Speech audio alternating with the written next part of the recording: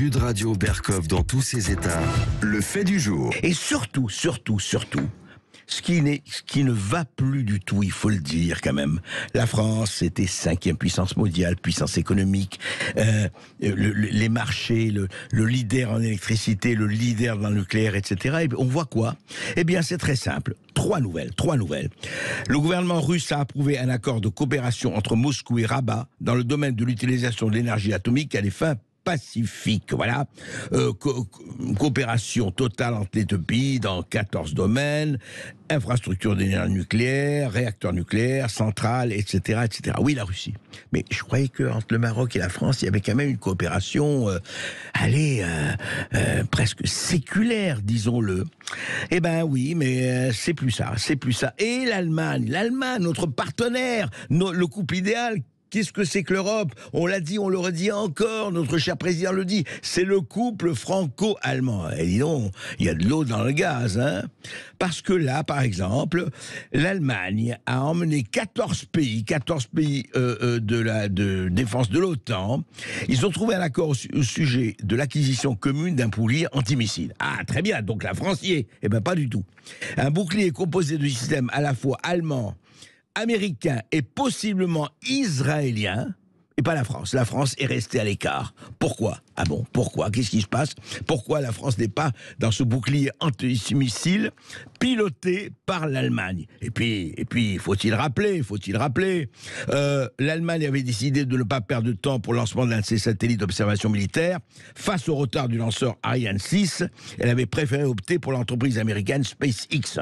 Et puis, il faut rappeler qu'il y a quelques mois, Berlin avait aussi décidé d'acheter 35 avions de combat F-35 à l'américain Lockheed Martin. Et des Dassault, et Dassault Aviation, et nos Rafales. Non. Alors, le couple franco-allemand, qu'est-ce qui se passe, Julien Aubert? Est-ce qu'on est en période de pré-divorce? Et l'Europe, elle se porte bien, apparemment. Bonjour, Julien Aubert. Bonjour, André Berkov. Il n'y a pas de couple franco-allemand.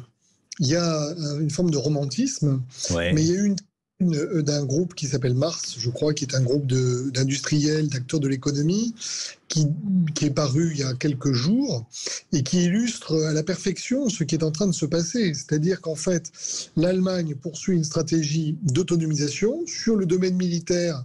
Elle estime que c'est devenir la principale puissance militaire du continent, après être devenue la principale puissance économique, et elle se met dans les pas d'une stratégie plutôt américaine, ce qui explique d'ailleurs le bouclier antimissile, qui a toujours été un des éléments de la stratégie américaine. Les missiles, d'où ils viennent? Évidemment, ce sont des missiles qui doivent venir de la Russie. C'est-à-dire qu'on est toujours, si vous voulez, dans un contexte de guerre froide. Et d'application, on va dire, de la stratégie américaine.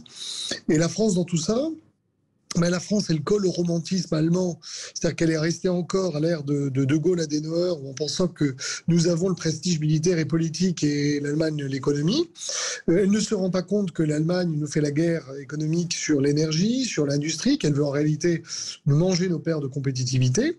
Et puis après, il y a un autre sujet qui je dirais, qui dépasse le cadre du couple franco-allemand. C'est pour expliquer ce qui se passe au Maroc ou ailleurs, c'est que vous avez en fait un transfert de richesse et de puissance qui va de l'Occident vers l'Orient. Ouais. La Chine est devenir la principale puissance économique du monde, et donc elle mange des parts de marché à toute l'Europe, et comme nous sommes le vilain petit canard de l'Europe, nous sommes particulièrement mal placés dans ce transfert de richesse. Oui, vous dites d'un côté effectivement l'Allemagne qui s'autonomise et qui veut avoir les moyens militaires de sa puissance économique, et d'un autre côté la Chine, l'Asie, qui est en train, évidemment, ce qui n'est plus un pays émergent mais un pays conquérant.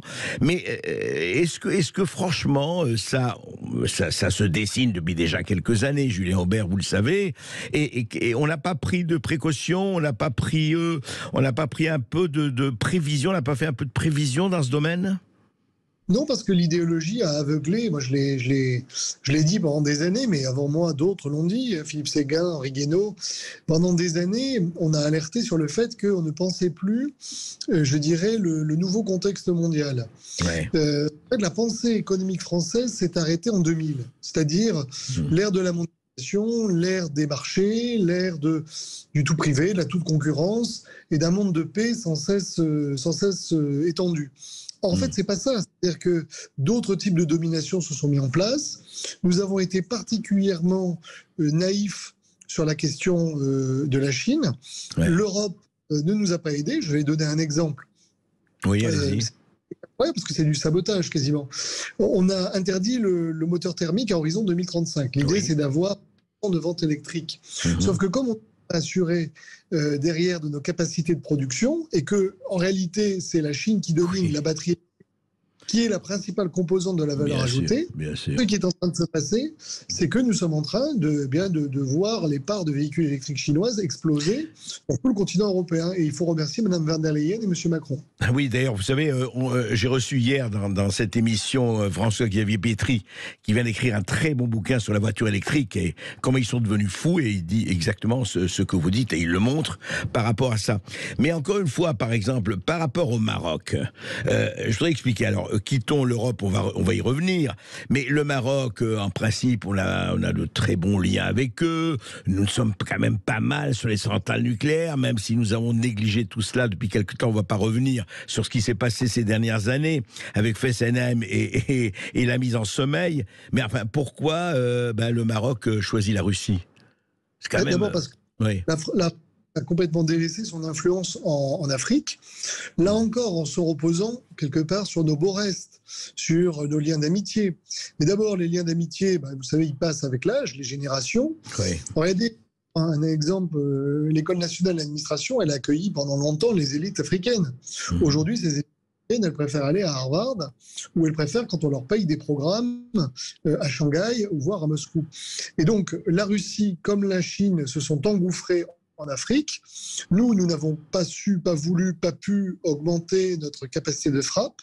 Nous avons également été très romantiques. J'ai beaucoup travaillé sur la Méditerranée. Les Allemands payé en pièces. C'est-à-dire qu'en fait, pendant que nous célébrions les 1000 ans de Méditerranée, les Allemands, eux, allaient voir les pays du Sud, ils ne leur faisaient pas du romantisme, mais ils leur disaient, si vous voulez, on vous paye l'étude technique préliminaire pour votre projet.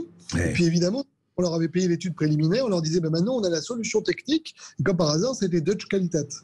Donc, c'est un pays qui cherche à devenir un pays phare en Afrique, à la porte de l'Afrique, qui s'est rapproché des États-Unis, qui essaye de s'autonomiser. Et avec l'Afrique, nous avons d'ailleurs une relation très compliquée, qui est en fait parasitée par la question de l'immigration. C'est-à-dire que dans le même temps, on a réduit de moitié les visas pour les élites marocaines. Donc évidemment, en ce moment, ça tangue très fort entre Rabat et Paris. Et on ne sait pas si on doit les voir comme une espèce de menace migratoire parce qu'ils ne nous protégeraient pas, ou comme un partenaire commercial qui suppose d'intensifier les échanges. Ouais. Et donc effectivement, l'eau dans le gaz fait qu'on va se fournir ailleurs, ils vont se fournir ailleurs, etc.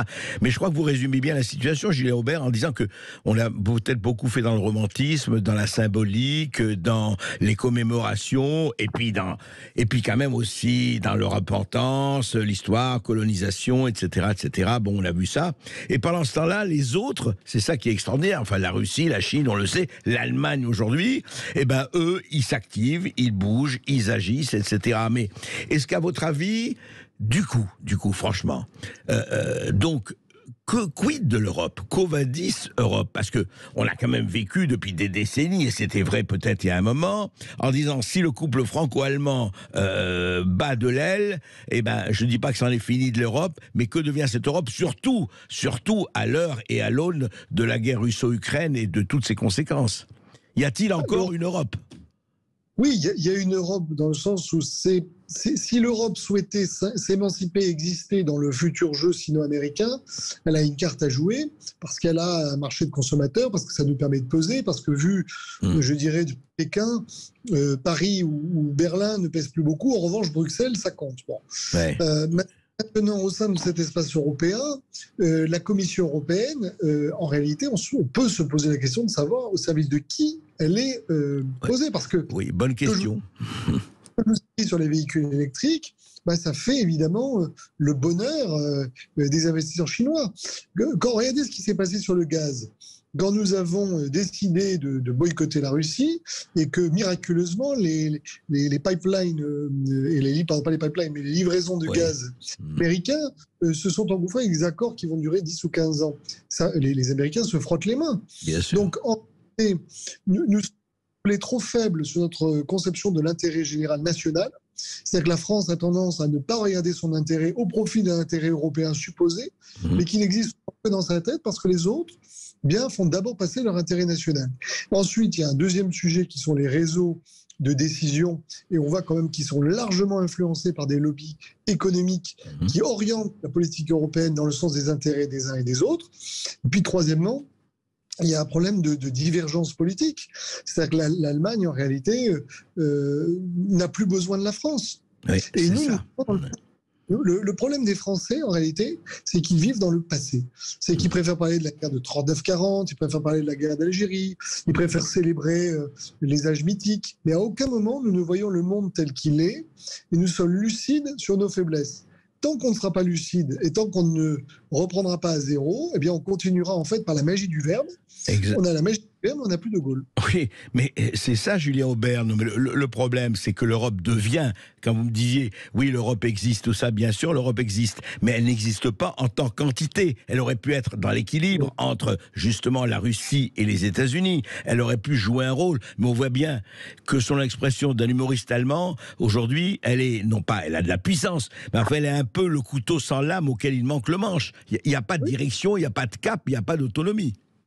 Qu'est-ce qui interdisait aux Français de faire ce que font fait les Allemands, c'est-à-dire en réalité d'infiltrer les services de la Commission européenne pour placer des fonctionnaires à des postes clés, de telle manière à ce que l'Europe soit au service des intérêts français et pas à son encontre. Je veux dire, quand on perd des matchs, regardez ce qui s'est passé sur le nucléaire. Pourquoi est-ce que le nucléaire n'a jamais été considéré comme une énergie verte? Pourquoi est-ce que depuis 20 ans qu'on parle d'énergie renouvelable, on a toujours exclu le nucléaire? C'est pas un hasard. C'est le fait des lobbyistes, notamment allemands, et il y a une part d'idéologie, je dirais, mais parce que nous n'avons pas voulu défendre nos propres intérêts. Donc, comme si vous voulez, quand vous jouez un match de football à 4, il ne faut pas vous étonner. Vous avez 11 joueurs en face. C'est sûr. Et il ne faut pas s'étonner de devenir les dindons de la farce si nous avons accepté de jouer les dindons. Merci Julien Aubert, merci, on le reparlera de ça avec vous, mais franchement, l'exercice de lucidité, c'est quand même peut-être la chose la plus importante au départ. Merci encore.